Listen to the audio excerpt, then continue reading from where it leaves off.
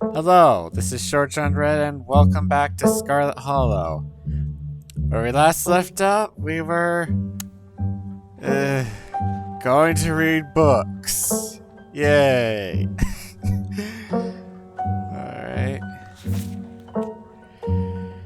Historical buildings of Scarlet Hollow. Just the thought of reading a book like this would probably put most people to sleep.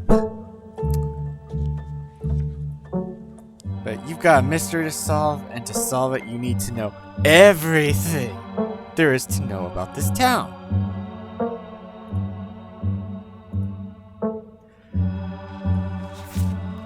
I'm gonna read all this, aren't I? How much do you want to bet this whole video is just gonna be me reading books? The Scarlet Estate, inarguably the most striking piece of architecture in Scarlet Hollow. Sorry if I'm doing a lot of deep breathing, but that's just what happens when I have to read all this.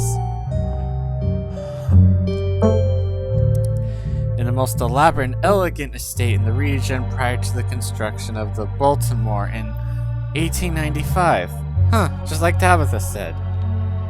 Andrew Jackson Scarlet chose the location to be atop a hill in Scarlet Hollow's geographic center so that it might be seen from the town below. It remains a constant reminder of the family who carved Scarlet Hollow from the wilderness and provided wealth and prosperity to its residents. Sure it does. First used as a field hospital during the Civil War, it was named for Silas Scarlet's eldest son, who perished in the bloody conflict. It still stands at the end of what is now the residential district of Scarlet Hollow, and has served the health of the community for over 100 years. In the late sorry if that sigh breathing, whatever you want to call it, was annoying. I'll try to move the mic away if I can. No promises, though. In the late 1800s, as the town prospered from a coal boom, additions were built onto the house and it was transformed into a sanatorium. I don't know what that word is. Bringing in prestigious clientele from around the world. They believed the fresh mountain air would do them well, and Scarlet Hollow became a tourist destination for patients of all afflictions. The clinic still operates to this day as a doctor's office and stands as a building of cultural significance. The original mining facility is no longer standing, having been destroyed in the collapse of 1918. Though the new facility is outfitted with all the cutting-edge technologies of the industry, it in itself held a fine example of particular construction. I don't know. The first iteration of the mining camp was a true product of its time, and what few photographs exist are an interesting peek back at a different era. One can still visit the site of the original Scarlet coal mine, though all that remains are a few abandoned tunnels closed off to the public. Stationed on the edge of Scarlet Hollow's farmlands, the Tremaine homestead was one of the earliest settlements in Scarlet Hollow, predating even the town's famous coal mines. For many decades, the Tremaine family maintained the largest farm in Scarlet Hollow, but a break in the family led them to split the land to two, and the homestead along with it. Despite the many changes to the two halves of the Tremaine homestead, the subsequent decades, the original log structures are still visible and maintained to this day. They are undoubtedly the oldest buildings left standing in Scarlet Hollow. One of the first buildings constructed by the Scarlet family, the Scarlet Hollow First Baptist Church, still stands on its original foundations, Though the building was reconstructed to accommodate the influx of citizens during the Scarlet Hall coal boom of the late 1900s. I don't know why I said 1980s. Attendance has dwindled since the infamous mine collapse of 1918. While the building may have fallen into disrepair, its simple vaulted ceilings still invoke awe to any who enter.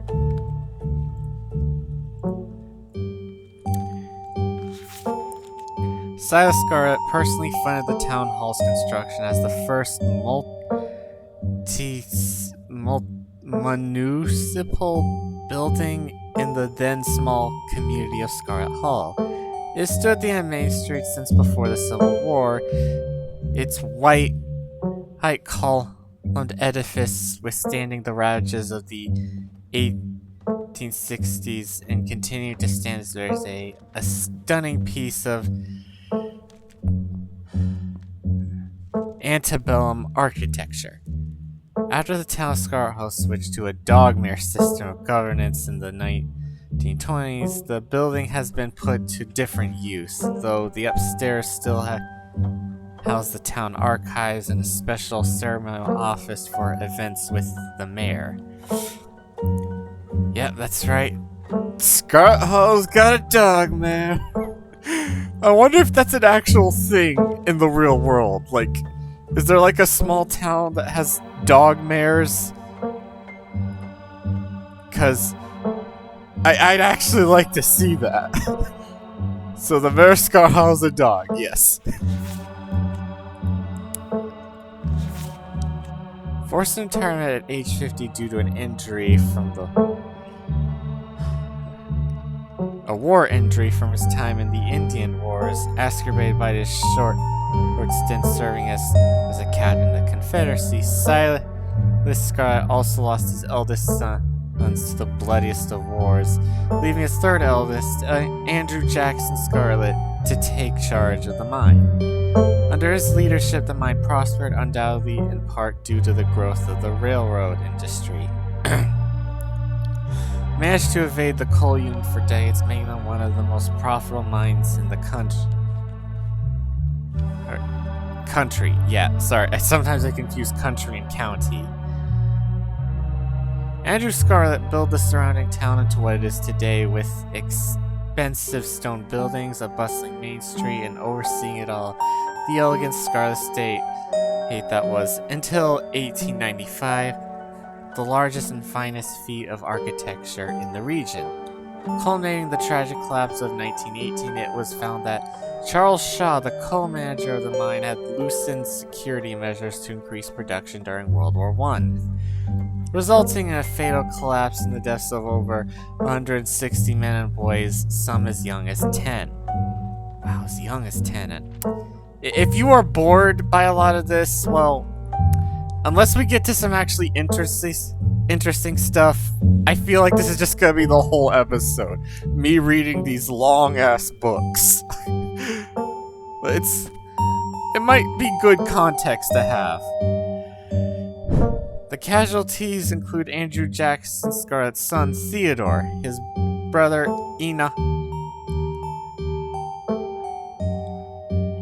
Is it Enoch V. Scarlet or Enoch Scarlet the Fifth? I don't know. Who had taken over for their aging father during the bustle of the war, managed to pull the mine from the brink of ruin, thereby saving the town. So this is how your family made its fortune. Yeah, not looking pretty. Silas Everett Scarlet was born to Colonel Everett J. Scarlet in 1818, one of 12 siblings. That is a lot of children. He grew up in eastern North Carolina during a tumultuous time in the state's history, and not much is known about his life before he joined the army in 1836. Sorry, I'm just kind of interested. So, okay, take out my calculator. So he would have been 18. he joined the army.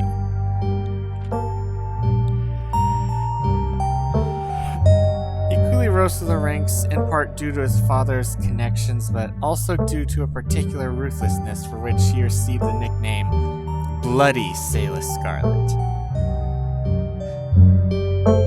You think he would have been called Scarlet due to the Pharaoh government granted the now Captain Salis attack bounty of land in exchange for his service in the Indian War. And he settled into the hills of North Carolina in 1841. The land would become Scarlet Hollow. But it started as a simple log cabin built by Salis's own two hands, occupied by his family of 10. Salis, his wife, married Joseph Scarlet, and their 8 children. That is a lot of kids. Again, logging business brought many workers and fellow landowners to the hills, but it wasn't until Salis discovered rich seams of coal running underneath the entire region that Scarlet Hollow was really put on the map. He saved what he could and bought the surrounding hillside at a great discount, cleverly hiding what he knew about the land's true value. Thus he had all the resources to found Scarlet Hollow's now famous coal mine. Alright, enough about history. Let's look through some cryptids.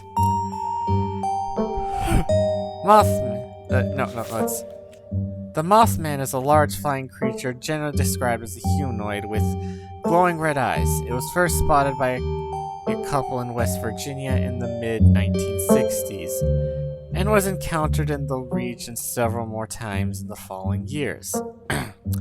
The Silver Bridge collapse of 1967 has been linked to a series of Mothman sightings. Instead, the presence of the creature served as some sort of omen or was a catalyst that led to the disaster. And, actually, now that I'm looking at this doesn't this kind of look like the protagonist from Slay the Princess? I mean, like we got the taloned feet, I'm not saying it is him, I'm just saying there are similarities. This has become an important aspect of Mothman, with sightings of this cryptid often taken as a sign that some great misfortune is soon to follow. The Jersey Dove. Well, probably one of the most unbelievable of all the cryptids. Well, maybe not the most unbelievable, but still pretty damn unbelievable. Through the Pine Barrens, the place where this creature is said to have been born, are far from Appalachian. I still have no idea how to say that. Wilderness sightings of the Jersey Devil have been documented all throughout the forests of the eastern United States. According to popular legend, the Jersey Devil was born to a woman named Jane Leeds. Leeds, upon realizing she was pregnant with her 13th child and daunted by the task of giving birth yet again, cursed the child in a room, proclaiming it would be the devil itself. Though born as a normal child, it quickly transformed, gaining a goat or horse head, large bat wings. Sorry, my head was itchy. And a forked tail. Kicking at the family and lashing out with its tail, it flew up the chimney and out into the night, disappearing into the Pine Barrens. That's the part I don't believe. Like, there's no way a woman gave birth to a literal demon.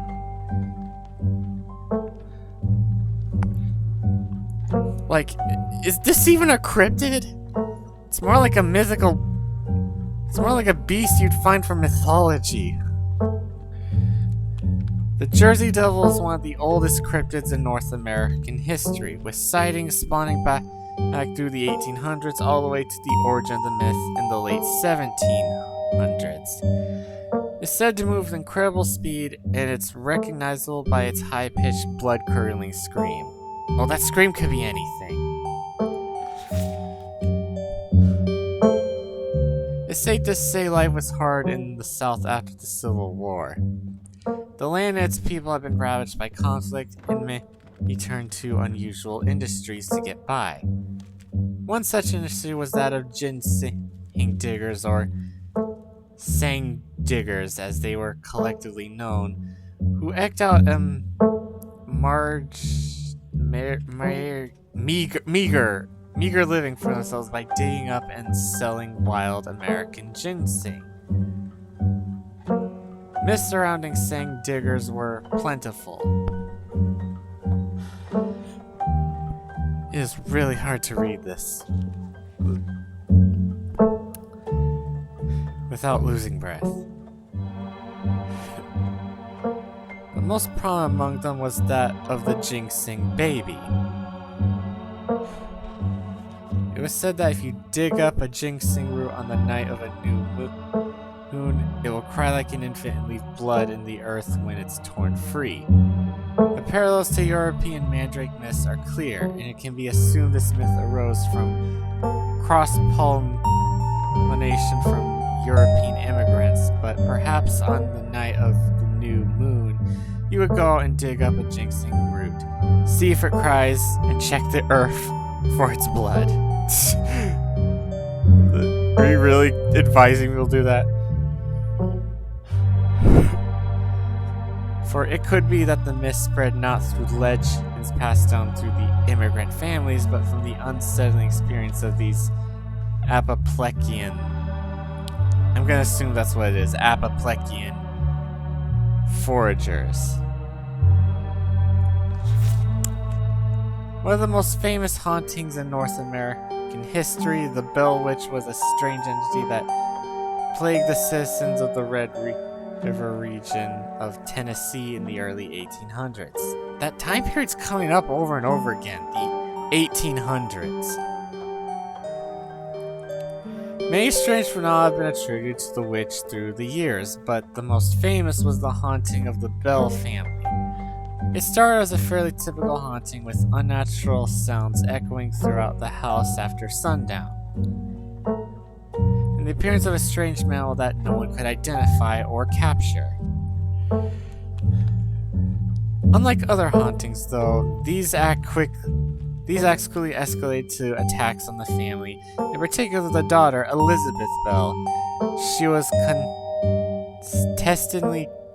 constantly covered in bruises from the spirit's abuse. Was the spirits abusing her? The spirit could frequently be heard speaking through the walls, its disembodied voice mocking the family and any visitors. It eventually escalated to giving full-blown hallucinations to those dwelling in the Bell house. Though this haunting ended in the early 1800s, its activity maintained the region for many decades. It could be that the entity known as the Bell Witch may still dwell in the Red River region to this day. The Hopkinsville goblins, in this case, was a supposed close encounter with extraterrestrials in the 1950s near Hopkinsville, Kentucky. During the incident, 5 adults and 7 children arrived at the local police station, claiming that a group of small chrome creatures had besieged their farmhouse for hours. When the police arrived on the scene, they found bullet holes and spent shells, but little else in the way of evidence. Skeptics suggest the family had simply misidentified a group of great horned owls. Even so, the incident remains one of the most thoroughly corroborated and documented cases of extraterrestrial contact. Often linked to Cherokee legends, I'm sorry if I butcher that.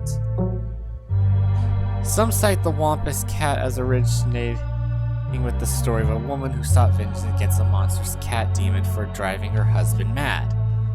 She was hunted down and, by wearing a bobcat mask, tricked into using its own vile magic on itself, freeing the people of the region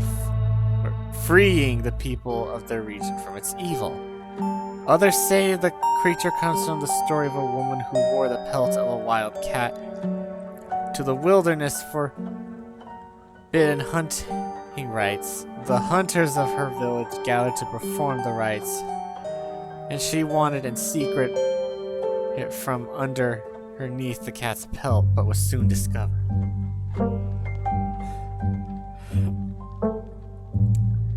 This game's gonna be the death of me, isn't it? For her indiscretion, she was fused with the pelt and transformed into a creature that was neither human nor cat, forced to wander the wilderness alone, feared by all. Her calls are those of great sadness and serve as a warning to anyone who dares goes against tradition. Tommy knockers in Cornish mythology spreading to the United States when Cornish immigrants began working in Apopleckian mines. They're named for the knocking that can be heard from seemingly within the walls before a cave-in. According to some, the knocking serves as a benevolent warning. Others believe that the creatures take stolen hammers to the supports of mines and collapse them on whoever's unfortunate enough to still be inside. They are traditionally thought to be impish, leprechaunian-like beings that some claim are the spirits of dead miners, forever cursed to haunt their final resting place. There was a hunter who once No, let's do the narrator. There once was a hunter who lived in a tiny cabin in the middle of the woods, all alone with his hunting dog. One night, after a particularly bad week of hunting, both their stomachs empty, the hunter spied something out of the corner of his eye. Some small creature had gotten into the cabin through a hole, and before he could even figure out what it was, he'd drawn his gun and fired at the thing, his hunger guiding his actions. But it was quick, and ran back through its hiding hole and out of sight, leaving only its long black tail, shot off by the hunter's rifle. Guess that's all I have to do, he said to his dog, and he threw the tail in the pot to cook a soup. That is a very terrible idea. You have no idea where that tail came from. He and his dog ate well that night. The tail filled them both. The hunter crawled into bed, satisfied, and his dog curled up at his feet. He woke up to the sound of long nails scratching across wood. His dog was nowhere in sight, and only a rampled spot on the covers where he'd been, and in the gloom he saw two big yellow eyes staring right at him. I want my Talipo. That's how you say it. Talipo? A high hoarse voice croaked from the darkness. Go away! He screamed at the thing, but stepped closer to him.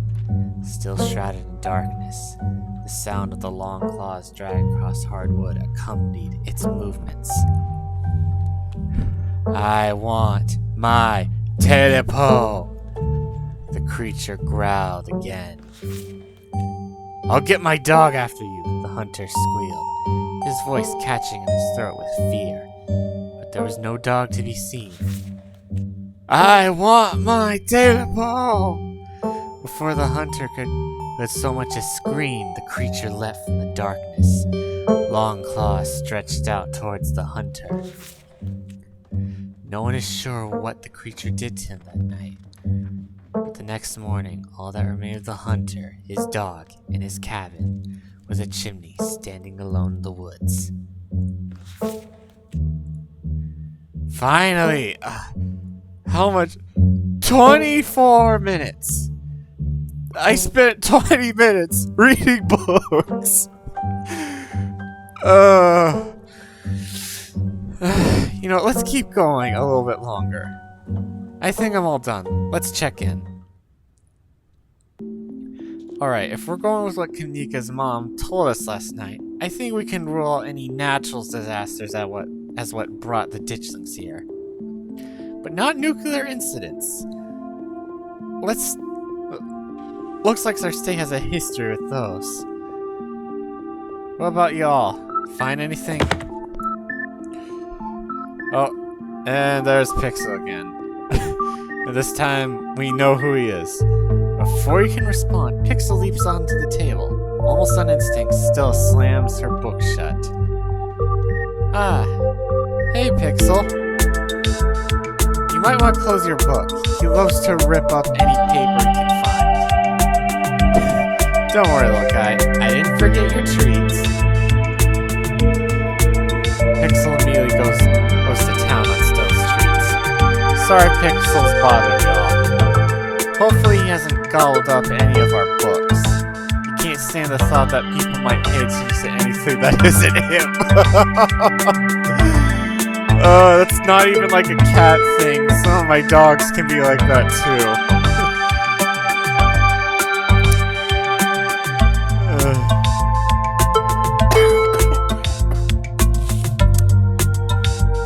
Why do you let a paper sheriff really wander a library? Have you seen this little guy's face? How could I say no to that? I mean, I can sort of say no to that face, but I don't own a cat. I own 2 dogs, so leave Pixel be. The cat curls up on the tail fast asleep. Loaf. Loaf. That was a chicken nugget reference. You probably didn't get it. Alright, I better get back to shelving. Let me know if you'll find it, if y'all need anything. Alright? Let's talk about historical buildings of Scarlet Hollow. Oh my god, you read that? That book was assigned us as punishment if we misbehaved in school. It's an excellent sleep aid. NyQuil and melatonin have nothing on historical buildings of Scarlet Hollow. Rumor has it that nobody has read it from cover to cover. You guys are missing out. That's one of my favorite books here. Such rich history. Yeah, we're both eggheads. Guess we're just kindred spirits, Sodi. What should I say? Look, this town has deep lore, and I'm all here for it. I mean, I know that's not what it said, but I think that sounds better. Oh, definitely. I brought this book here for a reason. I'm just surprised someone finally got through it. Anyways. When was someone going to tell me that the mayor is a dog? Darn, I was hoping it'd be a surprise. Scarlet Hall hasn't had a human mayor since the 1920s. Yeah, if you were hoping the mayor might be able to help us out here, you're out of luck. What happened to the estate? At some point the hill was built on started falling apart. I think it's pretty stable at this point, though. Is it Stella? You've seen the place. And half of it is still mostly okay. Why don't people go to church here? We just never really had a good pastor around these parts. Not as long as I've been around, at least. And I'm not really much of a church person anyways. Who has the time? Me too. Mostly because I'm an atheist, but yeah. That building gives off weird vibes too, and not in the fun haunted way. Man, even the hospital here is named after my family. I know it's in the name, but calling a hospital is generous. Right now, it's a one-woman medical clinic, and if any serious emergencies happen these days, we gotta call an ambulance from out of town. That's where our friend Reese and his mom live. She's the town doctor, though these days she doesn't really see a lot of patients. The Tremaine homestead seems like the only thing here that doesn't have the Scarlet name stamped on it. Why do you look so annoyed, Stella? Yeah, I think they've been around these parts even longer than your family, though. The Tremaines and the Callaways now. They literally split their farmhouse in half over the schism. Luke's actually on the Callaway side of the family. So about the coal mines here. Kanika visibly shudders. I get cold sweats just thinking about being in a place like that. I feel for the guys who work up there. I never could. Speak for yourself. I love a good crevasse. Or is it crevice? I don't know. Do tell me if there's a difference between crevice and crevasse. What happened after the mine collapse? The book just kind of glosses over that. There was a union for a little bit, but it didn't last. There's not a whole lot written about the past century here. Yeah, the Scarlet mine isn't exactly the most ethically run business. I'm sure Tabby runs the mines better than Charles Shaw did. Still doesn't let the union, though. There's a reason she and I don't talk. History tends to be written by winners. Maybe there's more to Charles Shaw's story than these dusty old books are letting on. Normally, I'd be inclined to agree with you there, but we're talking about an old-timey coal boss. I'd be shocked if he wasn't cutting corners. But he does make a fair point. Shaw is certainly a problematic figure, but there might be other details that were lost to time. Yeah, it really makes you how much of history that's been lost to the ages. Like, so many stories that we'll just never know. Sure, but the guy was run out of town on a rail. And that's not fair speech. Back then, they actually tied you to a rail and ran you out of town. There's a big mural over it on the far wall. He got off easy, if you ask me. A union-busting mine collapsed from poor working conditions. Color me shocked. Yeah, it's pretty awful. That's what the sculpture out front is for. Commemorating all the men and children who died that day. Every kid in Scarlet Hall learns about the collapse of 1918. Our teachers love to emphasize how many children they had working down there, probably to try and show us just how good we have it or whatever. Low bar, if you ask me. You know, that could be what the ditchlings are warning us about. Another collapse? Write it down on the list of potential disasters. Yeesh, still, that's morbid. Besides, it was all Charles Shaw's fault. The labor market is way more strict now. There's no way you can get away with that. With the kind of safety cutbacks he pulled. Y'all don't actually think the mine is about to collapse, right? No, I don't think so. Phew, had me worried there for a second. Hate to give Tabitha any credit, but the mine is safer now than it was back then. Still, what a horrible thought. You never know. What if... Now, this is out there. What if the ditchlings are coming from the mines?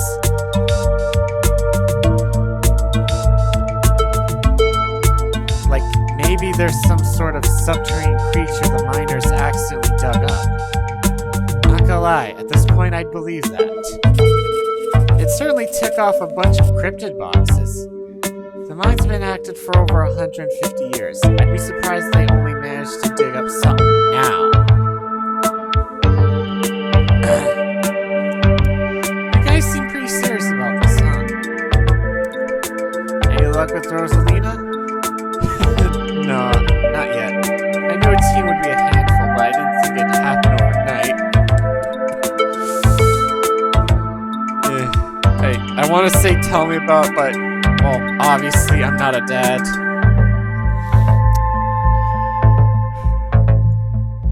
I'll probably head out once you're all done and check in on her usual haunts.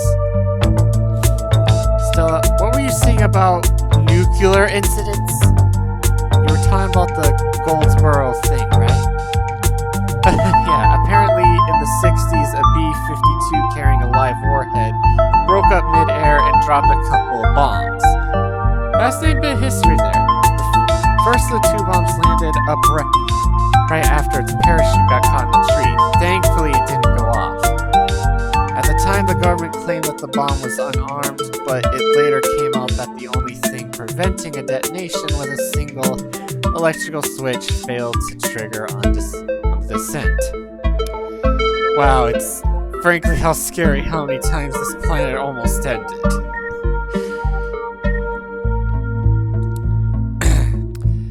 And 60 years later, the second bomb still hasn't been recovered. Right, it's conventional explosive disintegrated in midair, but most of the nuclear material was made unrecoverable by the flooding. If I remember correctly, they just buried it and sealed it up.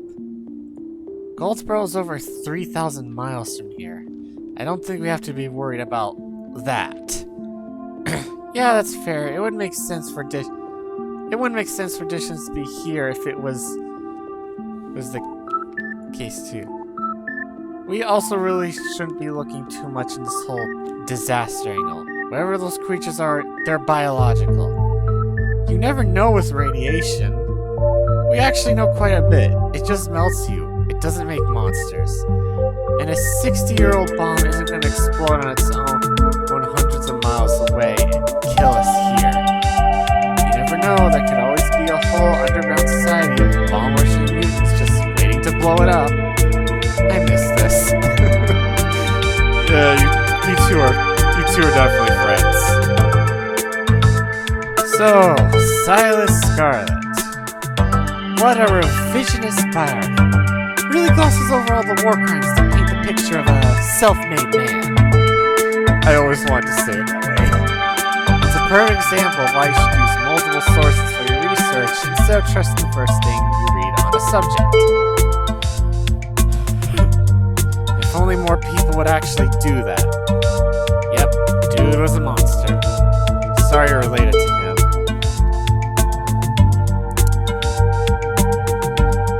Silas seems like a terrible person, but I don't see what this has to do with bad omens or creatures in the woods. I agree, we're talking about ancient history here. Yeah, we probably have better leads. It never hurts to have historical context. Quote of the year, Oscar. Quote of the year.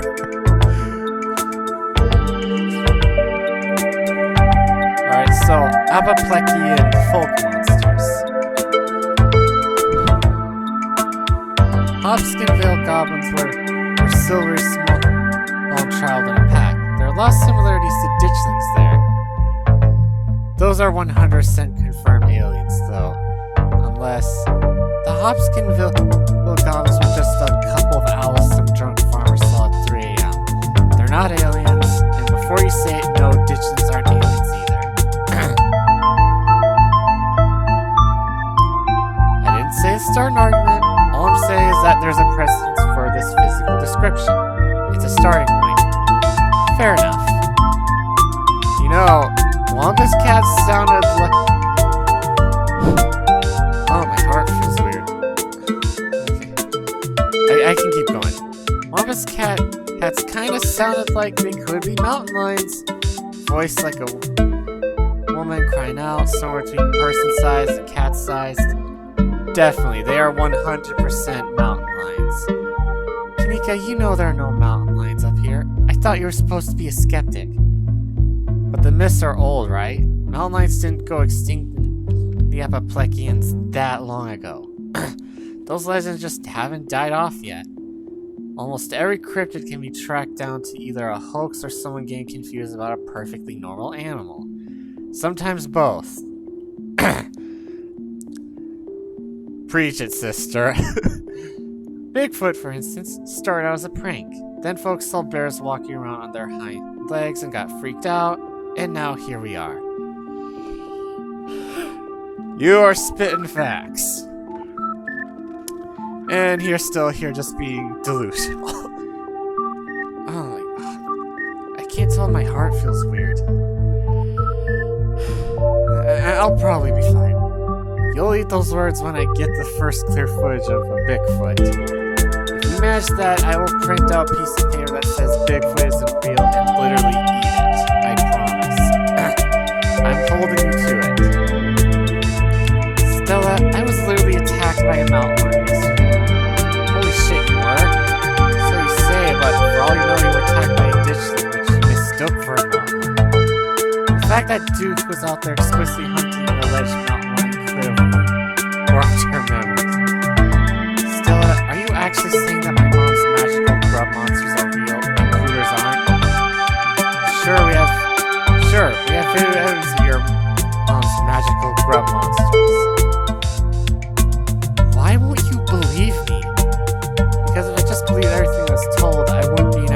cryptid hunter. I'm one of those guys who shows up on the Discovery Channel and says that Bigfoot built the pyramids. That is some very weird logic. Don't you want to be one of those guys? Maybe. Look, I believe that you believe a mountain lion attacked you. I'm just not convinced that's what happened. Memory's a crazy thing, Odie. I have to be skeptical no matter the source. Unless that source is my mom. Oh man, if I had the keen eye trait, I would have pointed out to her. But wait, there was a mountain lion in the ditchling nest. Anyways. Do you think Wayne is a Tommyknocker? Maybe he's the ghost of a dead miner. There's something seriously wrong with that guy, and we should definitely look into it, but I don't think he's a ghost. Yeah, ghosts tend to be tied to a specific place, though. Maybe he's haunting the whole town. He's not a ghost because ghosts aren't real. I've also seen him, touch stuff. There's some striking similarities between Mothman and Ditchlings. Both of them are portents of doom. Mothman? Love the guy, I know. You were wearing a Mothman shirt yesterday. That's all subgenre cryptids that serve as bad omens. But the disaster angle is definitely a clear connection. Maybe Mothman is what happens when Ditchlings all grown up. But they're already reproducing. And they don't have wings. And they're pale and blobby.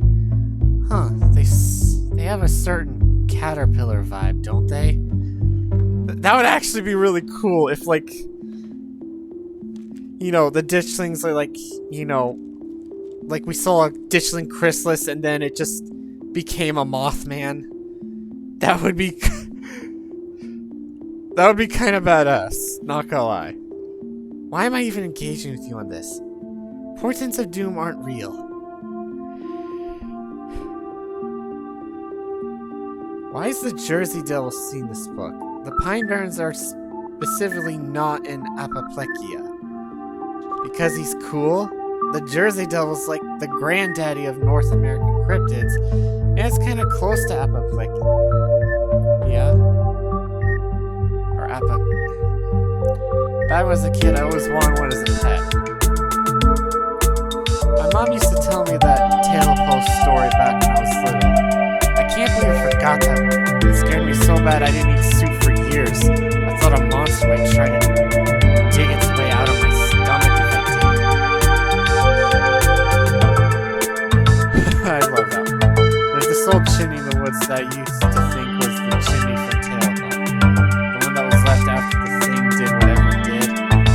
Now I know that's just because chimneys don't burn down. When houses do. That doesn't mean it's not the chimney from Tale of Post. I camped out there a couple times and seen some pretty spooky stuff. Yeah, I watched that video. You saw raccoons. You're gonna get rabies one of these days, chasing after wildlife like that. What can I say? I live on the edge. The Bell Witch sounds terrifying. Yeah, no kidding. Thankfully, she isn't real. I never heard of Jinx and babies before this. Oh yeah, that myth is pretty buried. The author managed to unearth it for this book.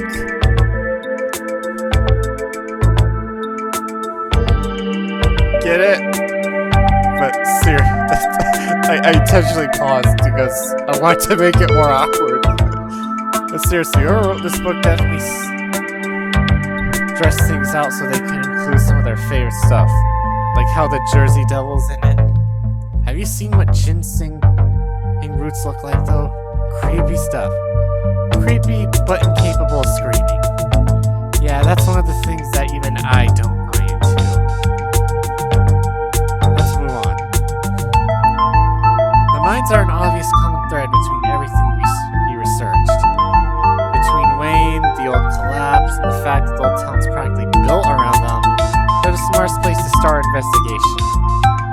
Good idea. There's an awful lot of mine-related stuff in my notes.